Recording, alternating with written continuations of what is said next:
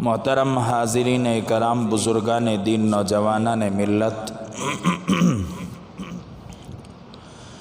اللہ تبارک و تعالیٰ کا کروڑ ہم پر احسان کہ اللہ تبارک و تعالیٰ نے ہم لوگوں کو مسلمانوں والی زندگی اور ایمان والی زندگی نصیب فرمائی۔ دنیا میں اکثریت غیر مسلموں کی ہے، لیکن چن کر چھانٹ کر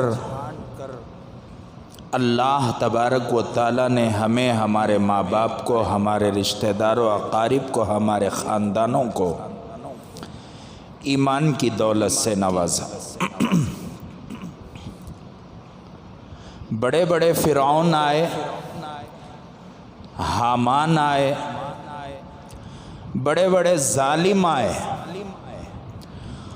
اور ایسے لوگ دنیا میں آئے جنہوں نے اسلام کو نقصان پہنچانے کی کوششیں کی، لیکن اللہ کا شکر ہے ان طاقتور لوگوں کے سامنے اللہ تبارک و تعالیٰ نے مسلمانوں کو سرخ رو فرمایا۔ یہ حالات آج کے نہیں، جو حالات مسلمانوں پر آ رہے ہیں وہ آج کے نہیں، جب سے اسلام آیا اس وقت سے حالات ہیں۔ جو لوگ ڈر گئے، جو لوگ گھبرا گئے، جن لوگوں نے کمپرومائز کیا، جن لوگوں نے کفر کے سامنے اپنے گھٹنوں کو ٹیکا، وہ لوگ ہلاک ہوئے، برباد ہوئے۔ انہی کے ساتھ ان کا حشر ہوا جن کا انہوں نے ساتھ دیا تھا اور جن کی ہاں میں ہاں انہوں نے ملائی تھی، لیکن وہ لوگ سرخ رو ہیں، وہ لوگ کامیاب ہیں، وہ اللہ کے نزدیک بڑے محبوب ہیں۔ کل قیامت کے دن ان کا شمار غازیوں میں ہوگا، شہداء میں ہوگا، مسلمانوں میں ہوگا اور مومنین میں ہوگا، ایمان والوں میں ہوگا، جن لوگوں نے اللہ کے حکم کے سامنے کسی غیر مسلم کی بات کو نہیں مانا۔ ڈرنے کی ضرورت نہیں، گھبرانے کی ضرورت نہیں۔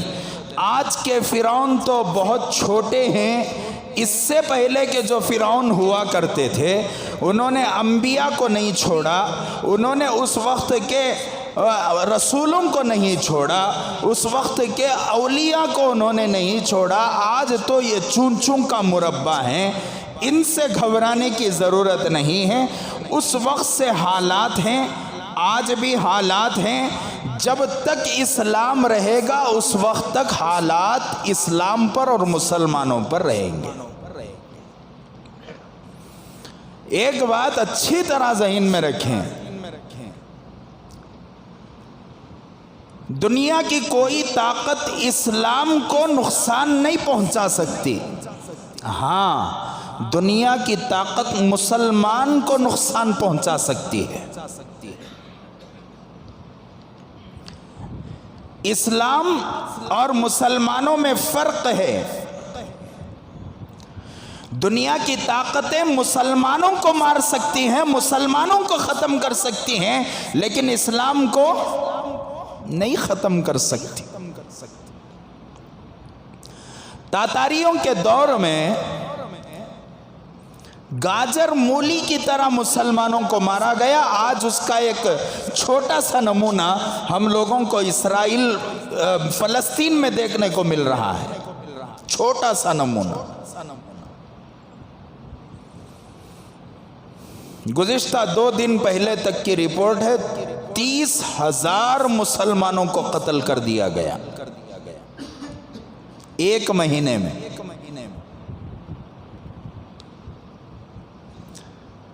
40 مساجد کو مسمار کر دیا گیا،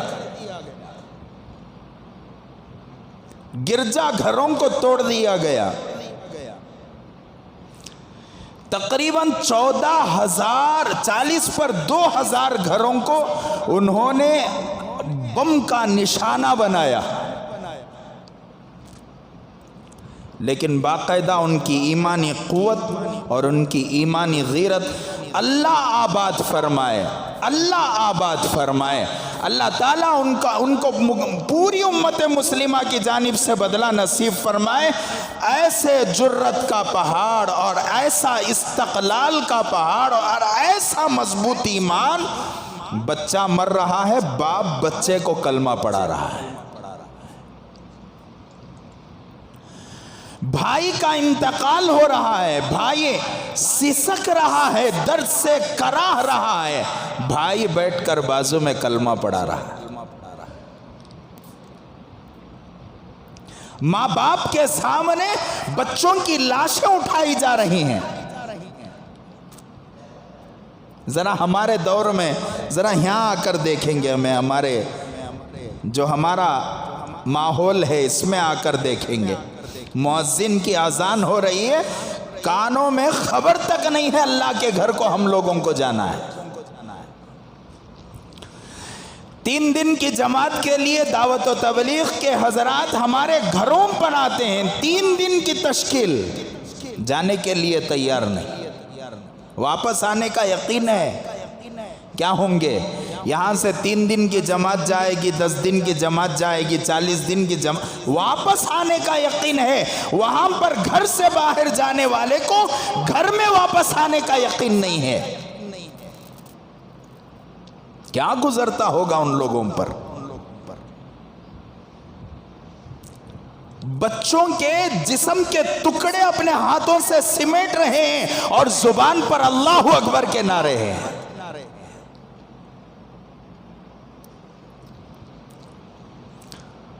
کچھ سامان کی ضرورت تھی، گھر کا مرد باہر گیا تھا، گھر میں ماں تھی، گھر میں بیوی تھی، گھر میں بچے تھے، باہر گیا تھا.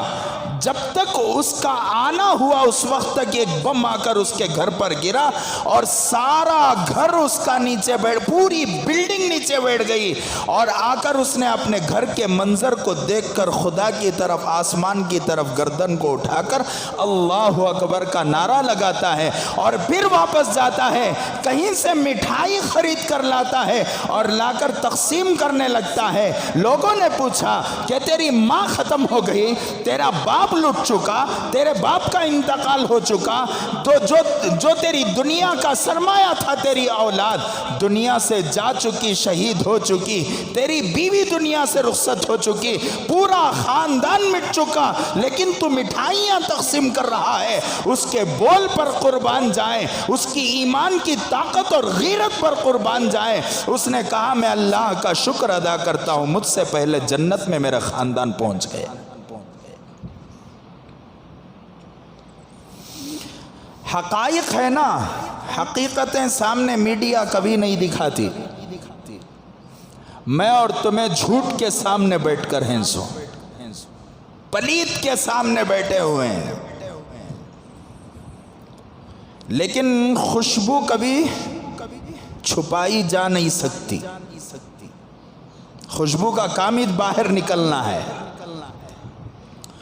روشنی کو آپ جتنا بھی بند کرو، کہیں نہ کہیں سے کیا ہوگی، شعاعیں نکلیں گی روشنی کی. ان کے ہمت اور استقلال کو دیکھ کر امریکہ کے سلیبریٹیز، جو عزت دار خواتین کہا جاتا ہے، جن کو آج کے معاشرے میں عزت دار نمازیاں کو، ولیاں کو سب عزت دار نہیں بولتے. عزت دار آج کون، کتنا زیادہ ناچتا کی انہیں وطا بڑا عزت دار، کتنا بڑا روپ دار کی انہیں وطا بڑا عزت دار، کتنے چھوٹے کپڑے پہنتا کی انہیں وطے بڑا. اللہ کے رسول نے فرمایا قیامت کے قریب ایک زمانہ ایسا آئے گا جس زمانے میں نااہل لوگوں کو بڑا بنا دیا جائے گا.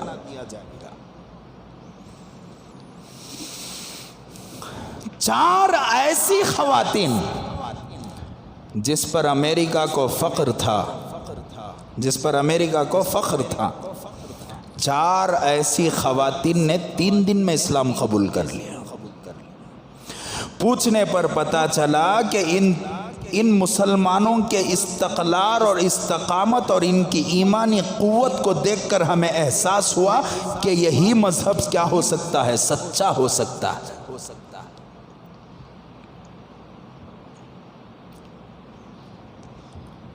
آخر کیا ہے فلسطین؟ کیوں جھگڑا ہے؟ کیا ہونے والا ہے؟ اس کے متعلق اللہ کے رسول نے کیا فرمایا؟ کیا پیشین گوئیاں ہیں؟ اس کا تعلق کہاں سے ہے؟ اس کی تاریخ کب سے شروع ہوتی ہے؟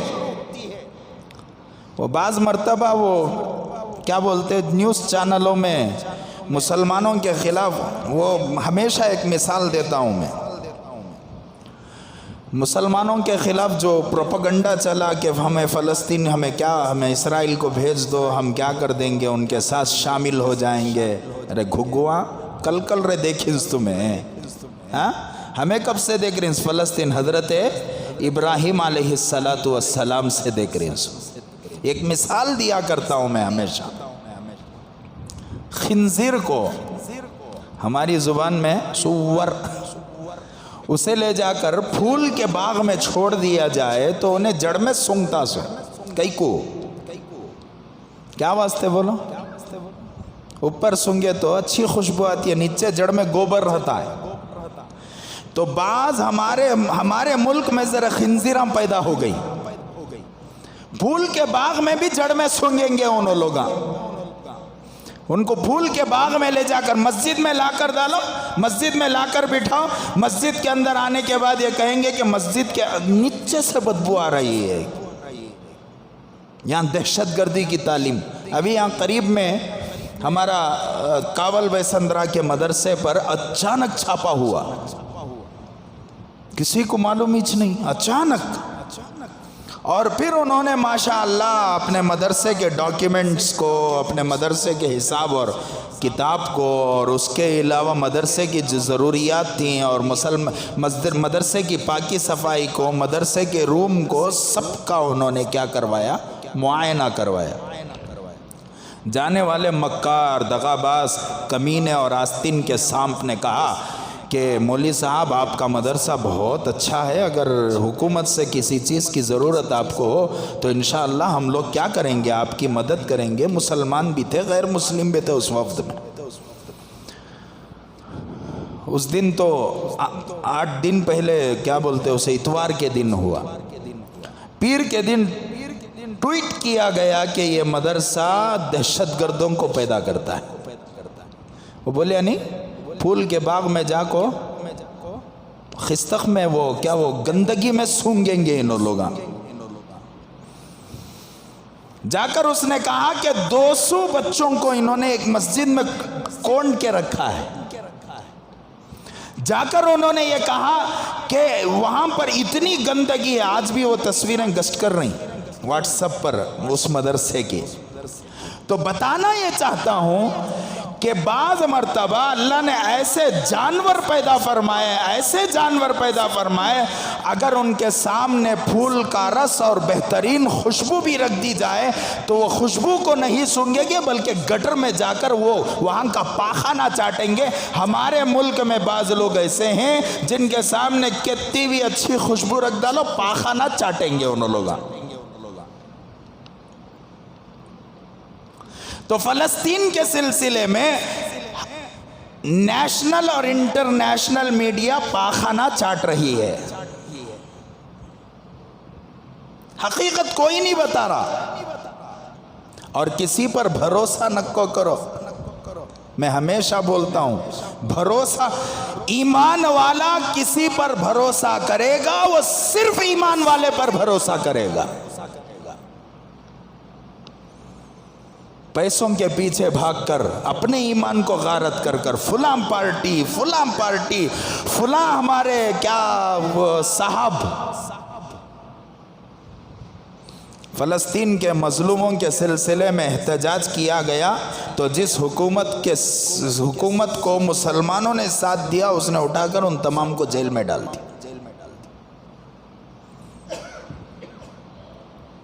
چھوٹے چھوٹے معصوم بچے نظر نہیں آتے۔ اقوام متحدہ ایک ادارہ ہے، پوری دنیا کا ایک ادارہ، ایک تنظیم، اقوام متحدہ۔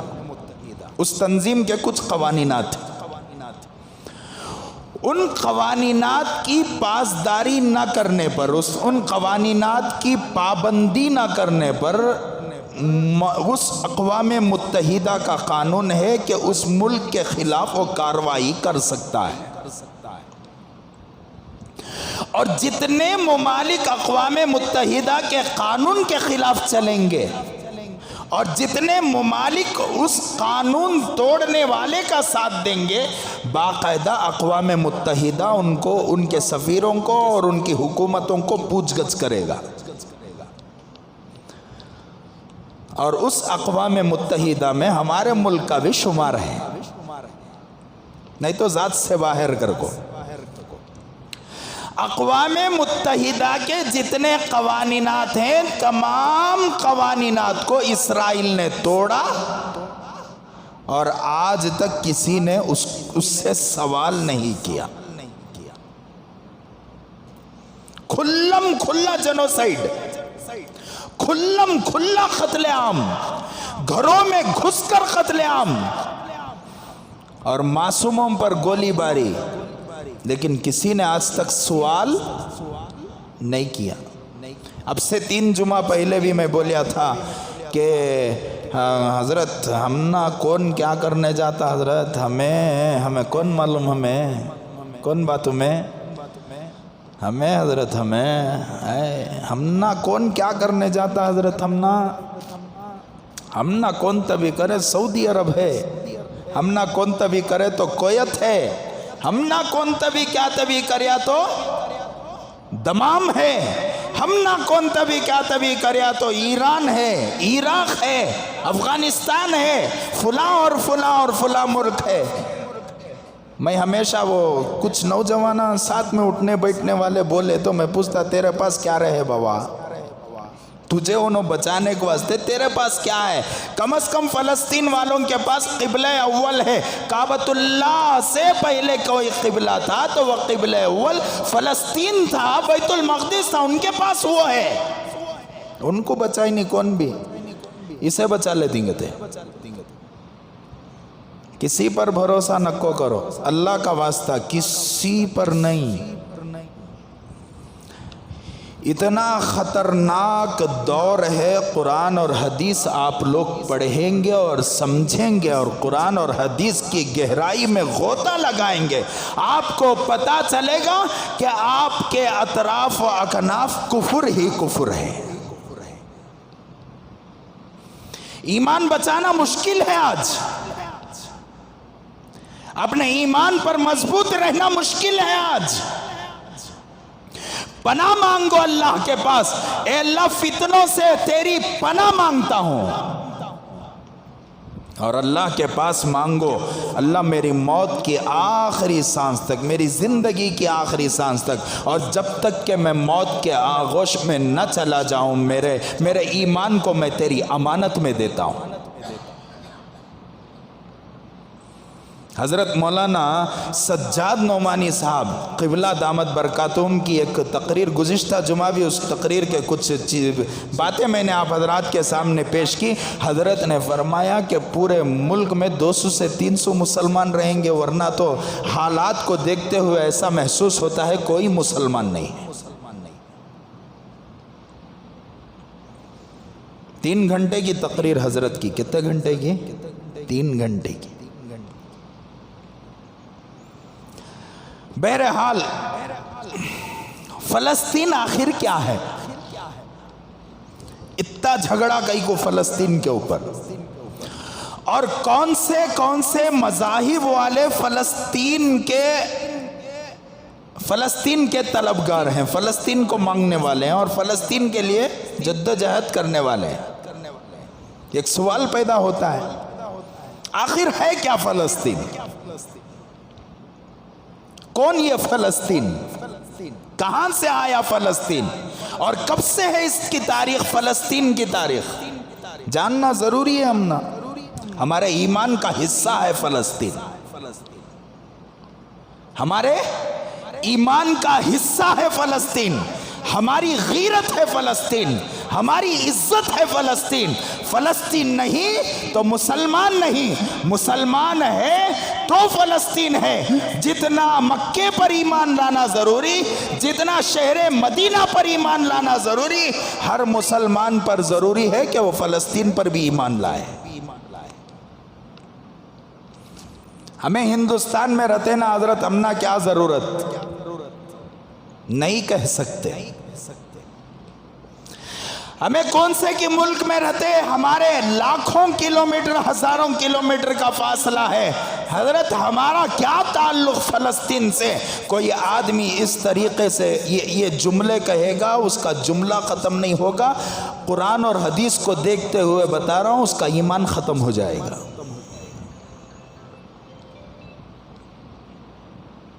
فلسطین ایک ایسا شہر ہے جس میں حضرات انبیاء علیہم السلام کو اللہ تبارک و تعالیٰ نے پیدا فرمایا۔ کئی انبیاء علیہم السلام کہاں پیدا ہوئے؟ فلسطین میں پیدا ہوئے۔ اور کئی انبیاء علیہم السلام کو اللہ تبارک و تعالیٰ نے فلسطین کی زمین میں دفن فرمایا۔ آج بھی ان کی قبریں فلسطین میں موجود ہیں۔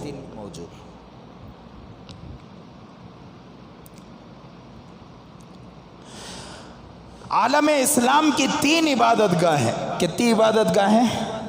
3 عبادت گاہیں جن کی طرف سفر کرنا جائز ہے عبادت کے غرض سے۔ یعنی ذرا عقیدے کی بات بھی لا رہا میں اس میں، جن کی طرف سفر کرنا عبادت کے غرض سے جائز ہے، وہ 3 عبادت گاہیں مسلمانوں کی۔ ان 3 عبادت گاہوں کے علاوہ کسی عبادت گاہ کی طرف سفر کرنا عبادت کے غرض سے بالکل جائز نہیں ہے۔ اب اس کی تفصیل میں مختصر بول کر آگے بڑھوں۔ کیا حضرت مطلب عبادت کے غرض سے 3 عبادت گاہوں کا سفر کا تو کیا؟ کوئی آدمی اللہ کو راضی کرنے کے لیے مکہ مکرمہ جاتا ہے، اللہ کو راضی کرنے کے لیے مدینہ منورہ جاتا ہے، رسول اللہ کو راضی کرنے کے لیے فلسطین بیت المقدس جاتا ہے، اللہ تبارک و تعالیٰ نے اجازت دی ہے ان 3 عبادت گاہوں کی۔ اس کے علاوہ دنیا کی کسی بھی عبادت گاہ کو اللہ کی رضامندی کے لیے سفر کرنا جائز نہیں ہے۔ حضور صلی اللہ علیہ وسلم نے فرمایا، ایک صحابی نے فرمایا، اللہ کے رسول اگر کوئی آدمی بیت المقدس نہ جا سکے تو کیا کرے؟ اس کے پاس طاقت نہ ہو اور وہ نہ جائے تو کیا کرے؟ حضور صلی اللہ علیہ وسلم نے فرمایا کم از کم اپنی طاقت کے مطابق تیل پہنچا دے، تاکہ وہاں کے چراغوں میں کیا ہو جائے، پڑ جائے، اور تمہارے تیل کی وجہ سے بیت المقدس میں روشنی نکلنے لگے۔ یہ کون فرما رہے ہیں؟ ہمارے پاس 2 چیزاں، ایک قرآن ایک حدیث، یہ 2 چیزاں میں نہیں ملیا تو تیسرا نمبر اجماع کا۔ ہم دیکھیں گے صحابہ نے کیا، ہم دیکھیں گے اولیاء نے کیا، ائمہ نے کیا، تو پھر ہم لوگ اسے کریں گے۔ آخری جو درجہ ہے ہمارے 4 دلائل میں سے 4 دلائل میں سے چوتھی دلیل کا، وہ ہے قیاس۔ وہ قیاس کرنا کر کو بولے تو انہیں بہترین فقیر رہنا، اسے دینی علوم پر مہارت حاصل رہنا، اس کے علاوہ کوئی آدمی اپنے اٹکل کے تیرا قرآن اور حدیث میں چلا نہیں سکتا۔ سمجھ میں یہ بات نہیں حضرت؟ قرآن میں ایسا ہے نا، اچھا یہ میں اکثر مثال دیا کرتا ہوں، یہ ہاتھ ایسا کر کو مسجد میں بیٹھنا اللہ کے رسول نے فرمایا ناجائز ہے، ایسا نہیں بیٹھنا، ایسے یہ ہے نہیں ہے انگلیوں میں انگلیاں ڈال کر۔ حضرت یہ کئی کو نہیں بیٹھنا، سو اس کی وجہ کیا وہ جاننے کی ہم نہ ضرورت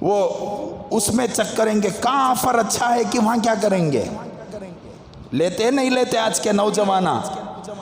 وہی ساتھ فلسطین والوں کی حفاظت کے خاطر اور اسے گھٹنوں پر لانے کے خاطر چیک کریں گے پہلے یہ اس کا کوٹ کیا ہے، یہ کوٹ فلسطین کا، یہ اسرائیل کا ہے نہیں ہے، اسرائیل کے ساتھ اس کا کیا کٹ جوڑ ہے، چکر کو لیں گے. اگر آپ چکر کر لیں گے اللہ کی ذات سے مجھے امید ہے اس پر بھی آپ کو عبادت کا ثواب ملے گا.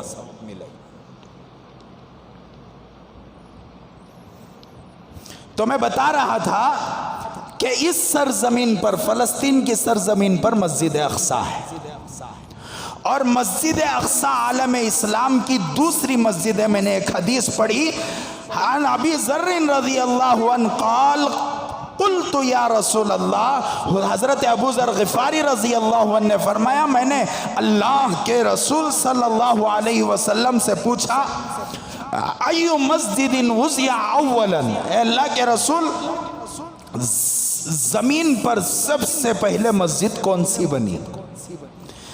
حضور صلی اللہ علیہ وسلم نے فرمایا المسجد الحرام. کون سی بنی؟ سب سے پہلے کون سی مسجد بنی؟ مسجد حرام. قلت، حضرت ابو ذر غفاری رضی اللہ عنہ فرماتے ہیں قلت ثم ایون، اے اللہ کے رسول پھر کون سی مسجد؟ قال المسجد الاقصی، مسجد حرام کے بعد دنیا میں سب سے پہلی مسجد کون سی بنی؟ مسجد اقصی. قلت کم بینہما، ان دونوں کے درمیان میں کتنے عرصے کا فاصلہ ہے؟ جناب محمد الرسول اللہ صلی اللہ علیہ وسلم نے فرمایا 40 عاما.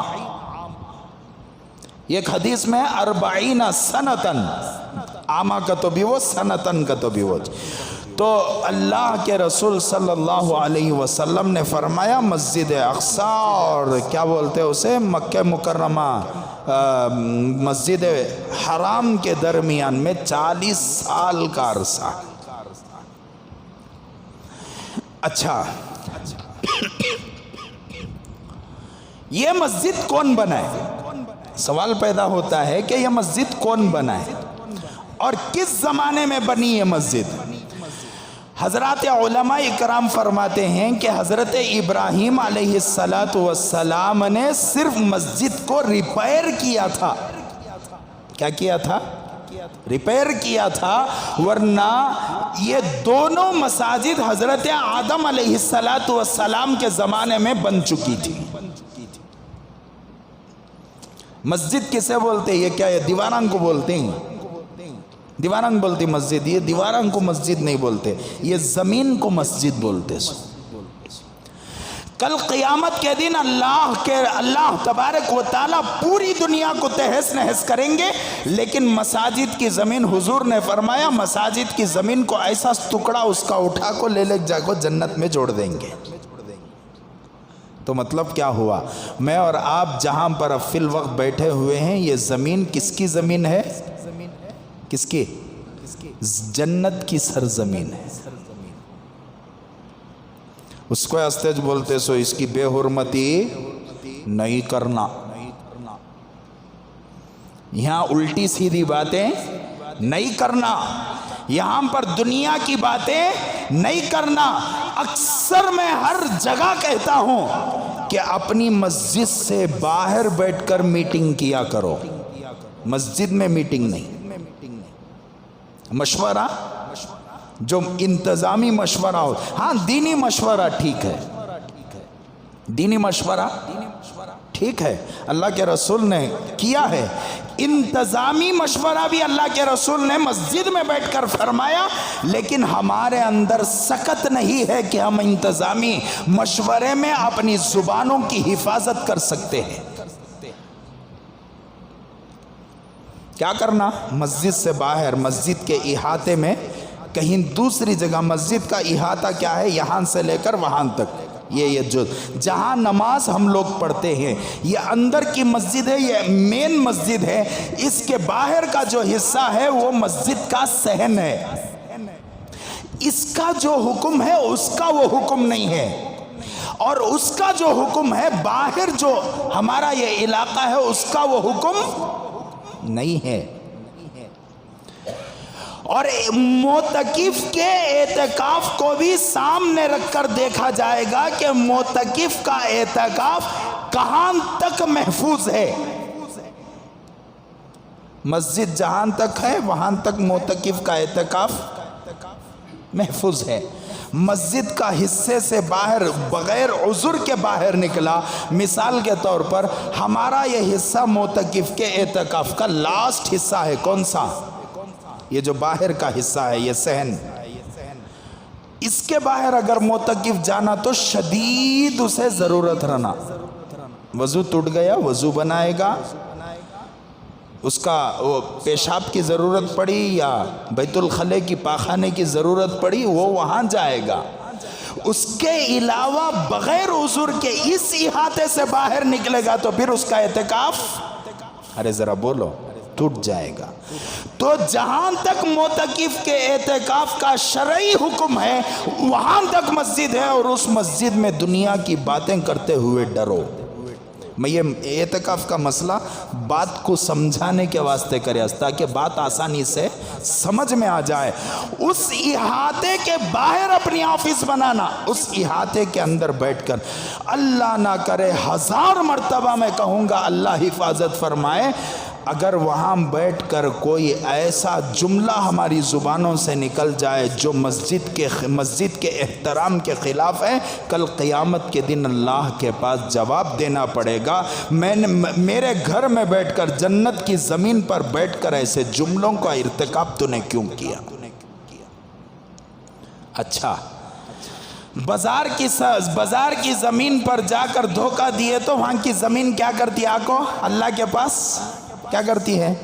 گواہی دیتی ہے۔ گھر کی زمین گناہ کرے گواہی دیتی ہے، وہاں اللہ کے رسول نے فرمایا کہ زمین بھی آ کر گواہی دیں گے۔ وہ کتنا بد نصیب آدمی ہوگا جس کی گواہی مسجد کی زمین دے۔ اس واسطے کیا نہیں کرنا؟ انتظامی مشورے، چاہے محلے کا انتظامی مشورہ ہو، چاہے مسجد کا انتظامی مشورہ ہو، چاہے کوئی اور انتظام کا مشورہ ہو، جلسے جلوس کا مشورہ ہو، وہ مسجد سے کہاں ہونا؟ باہر ہے، وہ صحن میں یہاں ہونا، یہاں نہیں۔ تو مسجد میں اللہ کے رسول نے فرمایا جب بندہ مسجد میں دنیا کی باتیں کرتا ہے تو اللہ کے رسول صلی اللہ علیہ وسلم نے فرمایا اللہ کی جانب سے چند فرشتے مقرر ہوتے ہیں جو مسجد کے احترام کے لیے ہوتے ہیں۔ وہ فرشتے کہتے ہیں اسکت یا عبداللہ، اللہ کے بندے خاموش بیٹھ جا۔ پھر بھی بندہ خاموش نہیں بیٹھتا، پھر بھی باتیں کرتا ہے۔ پھر وہ فرشتے کہتے ہیں اسکت یا بغیض اللہ، اے اللہ سے بغض رکھنے والے خاموش بیٹھ جا۔ تب بھی خاموش نہیں بیٹھتا اور باتیں کرتا رہتا ہے، تو پھر فرشتہ کہتا ہے اسکت یا عدو اللہ، اے اللہ کے دشمن خاموش بیٹھ جا۔ تب بھی خاموش نہیں بیٹھتا اور باتیں کرتا رہتا ہے اور کرتا رہتا ہے اور کرتا رہتا ہے۔ اس وقت وہی فرشتہ کہتا ہے لعنت اللہ علیہ، اللہ کی تجھ پر لعنت ہو، اللہ حفاظت فرمائے۔ تو یہ مسجدوں کی زمین کیا ہے؟ یہ جنت کی زمین ہے۔ یہ کل قیامت کے دن حضور نے فرمایا ایسا اٹھا کو اللہ تعالیٰ جنت میں اسے ملا، جنت کا پلاٹ ہے، جنت کے پلاٹ میں اللہ تعالیٰ اس کو ملا دے گا۔ تو زمین کو مسجد کہا جاتا ہے، اس دیوار کو مسجد نہیں کہا جاتا۔ اس دیوار کو مرمت کے ذریعے سے کبھی بڑا کیا جا سکتا ہے، کبھی چھوٹا کیا جا سکتا ہے، کبھی چوڑا کیا جا سکتا ہے، کبھی جو ہے اس کی خوبصورتی کے لیے کام کیا جا سکتا ہے، مسجد کی توسیع ہو سکتی ہے، مسجد کی تعمیر ہو سکتی ہے، لیکن مسجد دیوار کو نہیں کہتے، مسجد زمین کو کہتے ہیں۔ تو بیت المقدس اور مکہ مکرمہ کیا بولتے ہیں اسے، مسجد حرام، حضرت آدم کے زمانے میں اللہ تعالیٰ نے ان زمینوں کے پلاٹ کو الاٹ کر دیا تھا۔ اس وقت مسجد بن چکی تھی اور بنانے والے حضرت آدم علیہ السلام تھے۔ بعض علماء فرماتے ہیں کہ حضرت آدم نے اسے بنایا تھا، لیکن بعد میں اس کی مرمت اور اس کی توسیع کا کام حضرت ابراہیم علیہ السلام نے کیا۔ اب اس کا جھگڑا کیا ہے؟ کتنے مذاہب کا جھگڑا ہے؟ 3 مذہبوں کا جھگڑا، یہودیوں کا جھگڑا، عیسائیوں کا جھگڑا اور مسلمانوں کا جھگڑا۔ آخر یہ جھگڑا کیا ہے؟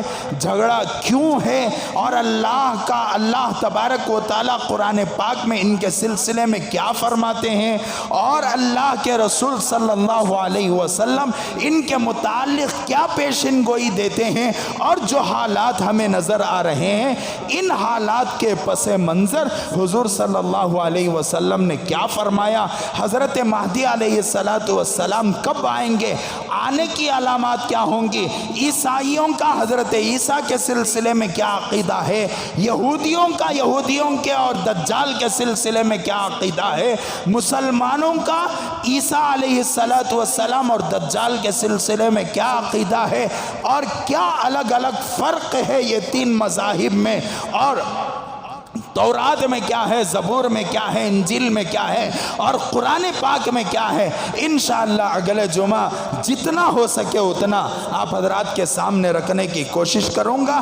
اللہ تعالیٰ سے دعا ہے اللہ تعالیٰ ہم سب کو صحیح معنی میں ڈھنگ سے سمجھ کر اپنے دلوں میں بٹھا کر فلسطین کے سلسلے میں دعائیں کرنے کی اور جد و جہد کرنے کی توفیق نصیب فرمائے۔